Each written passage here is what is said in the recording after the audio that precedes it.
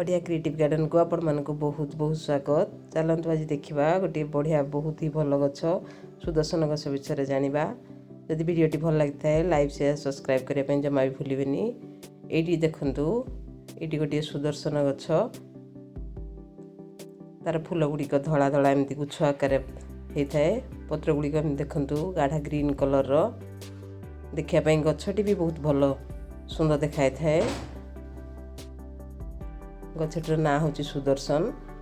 सुदर्शन माने दर्शन मात्र ही आमर सब प्रकार मनस्कामना पूर्ण होता है। जिते आम यात्रा काल कौटी जाऊँ घर बाहरिक से ये गछटी को देखिले आमर बहुत भल होता है। तेणु या मुख्य द्वार लग जाए साधारणतः। ये देखो या आम जब तले भी लगेबा ये मोर गोटे छोट कुंडरे लगी तले लगेले भी बहुत फूल फुटी थाए। फूल गुड़िक बास्ना भी बहुत भल आ फूल गुड़िक देखापी भी बहुत भल देखा जाए।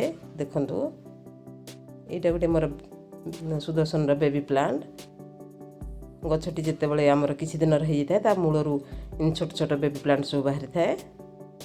ये गछटी को बेसी केयर किसी दरकार पड़ न था।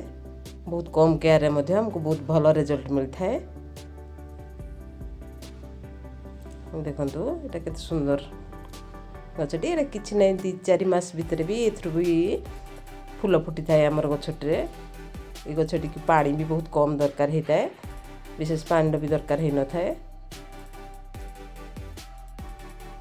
मझे मझे टी कंपोस्ट सहित जब किसी ऑर्गेनिक फर्टिलाइजर आम तादर किसी दौचे ताले बहुत ही भल रिजल्ट मिलता है। गछटी देखो फूल गुड़िक एमती पट्रे भी आम सजई पार देखापी भारी भल होता है। गछटी यह एक मेडिसिन प्लांट।